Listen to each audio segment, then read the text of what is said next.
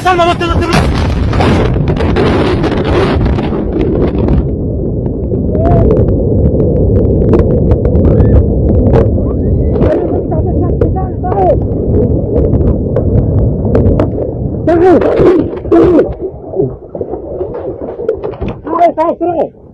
So far, the H group in Palestine has already killed nearly 3,000 IDF soldiers and injured over 11,000 IDF soldiers.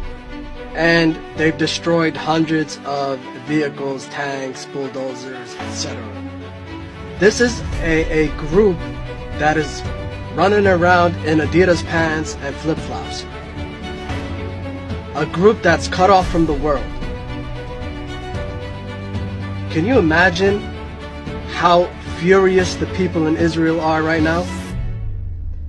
Of course, mainstream media isn't reporting any of this, but the people inside Israel have clear evidence. Their sons and daughters are coming back in boxes. You can't hide that. You can't hide that. People are grieving. People are upset with the Israeli government. They've had enough. People are leaving Israel and not looking back. To all the Israelis, peace is the only way. Because you can't get rid of a force that is underground. And you don't know where these tunnels are leading. You don't even know if they're getting resupplied underground. You don't even know. And then you want another front with your neighbor to the north. And those guys are not cut off from the world, and they have combat experience in Syria. And they're dug in the fucking mountains. America can't help you there. If you know the terrain better than the Americans do, and you say you can't deal with the H group in Lebanon, how do you expect another group to deal with them? I think your arrogance blinded you. I was once arrogant. Believe me, I was arrogant and I didn't mean to. It was just because of the way I grew up. I became arrogant. But let me tell you, God humbled the fuck out of you. And I'm telling you right now, God is gonna humble the fuck out of you people. If you don't fucking go to the peace negotiations and, you know, give Palestinians something that is fair and give them their dignity back, I'm telling you, God is gonna humble the fuck out of you. And I don't want to see you guys being destroyed. I don't want to see any life being destroyed. When I walk, I make sure I don't step on bugs. I don't want to see anybody suffer. But I'm gonna make a prediction here.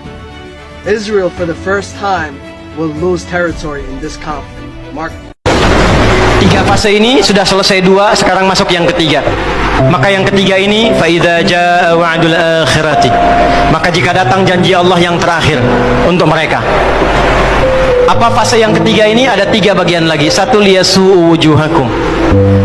Yang kedua, waliyadkhulul masjida kama dakhaluhu awwal marrah. Yang ketiga, waliyutabbiru ma 'alau tatbira. Ya. 1 sekarang sedang diperlihatkan, liyasu'u wujuhakum. Persis sekarang orang-orang itu seperti di era Nabi yang membayangkan hingga bisa ditembus, bentengnya kokoh, intelijennya kuat, sadapannya di mana-mana. Tapi ternyata dunia yang melihat kokoh itu ditunjukkan oleh Allah hanya dengan bahasa mereka. La syirzimatun qalil. Ini bahasanya Firaun. Ini kan cuma ormas kecil, nggak sebanding. Ormas kecil yang nggak sebanding ini ternyata telah bisa mengintersep semua bagian-bagian itu. Dia bisa tembus bentengnya, dia masuk ke dalamnya. Liyasu'u wujuhakum. Tujuannya bukan untuk menunjukkan mereka mampu, bukan, untuk menggugah dunia kalian kemana saja. Yang kalian anggap itu hebat, itu mampu, itu dahsyat, ternyata bisa ditembus, dipermalukan di wajah dunia. Janji Allah tiba. Kedua, waliyadkhulul masjida kama dakhaluhu awwal marrah. Nanti ada fase kedua.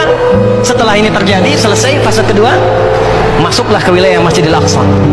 Kembali lagi milik kita itu. Dihitunglah fasenya 40 tahunan. 1987 fase pertama sekarang berjalan, ditambah 40 berapa? 2027. Itulah fase yang kedua, saat diharapkan paling puncaknya Masjidil Aqsa bisa kembali lagi. Ini bukan main-main, ini bukan main-main. Hitungan fasenya. Antum lihat video Muhammad Yasin itu ketika menjelaskan itu. Saya tahu betul itu. Ya. Beliau hitung itu. Ya, 2027 ke 2028 dan puncak akhirnya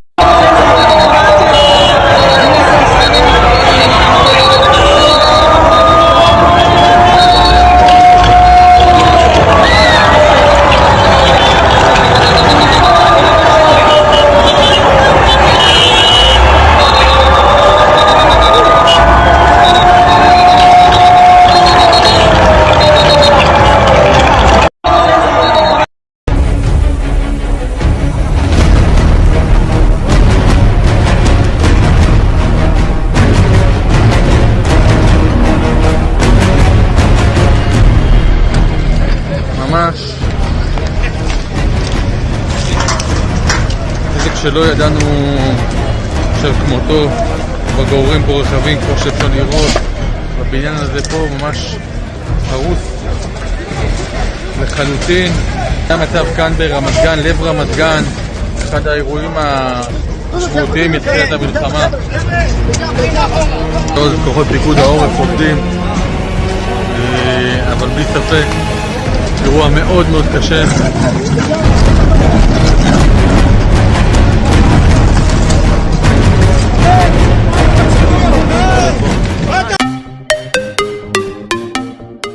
Setiap agen Mossad yang ketangkap di dalam Iran akan diikat ke sebuah rudal dan diluncurkan langsung ke Tel Aviv. Siapapun yang menjadi agen Mossad atau berkhianat pada negara akan dihukum tanpa ampun. Bagi Republik Islam Iran, pengkhianatan adalah ancaman langsung terhadap kedaulatan. Tak ada kompromi.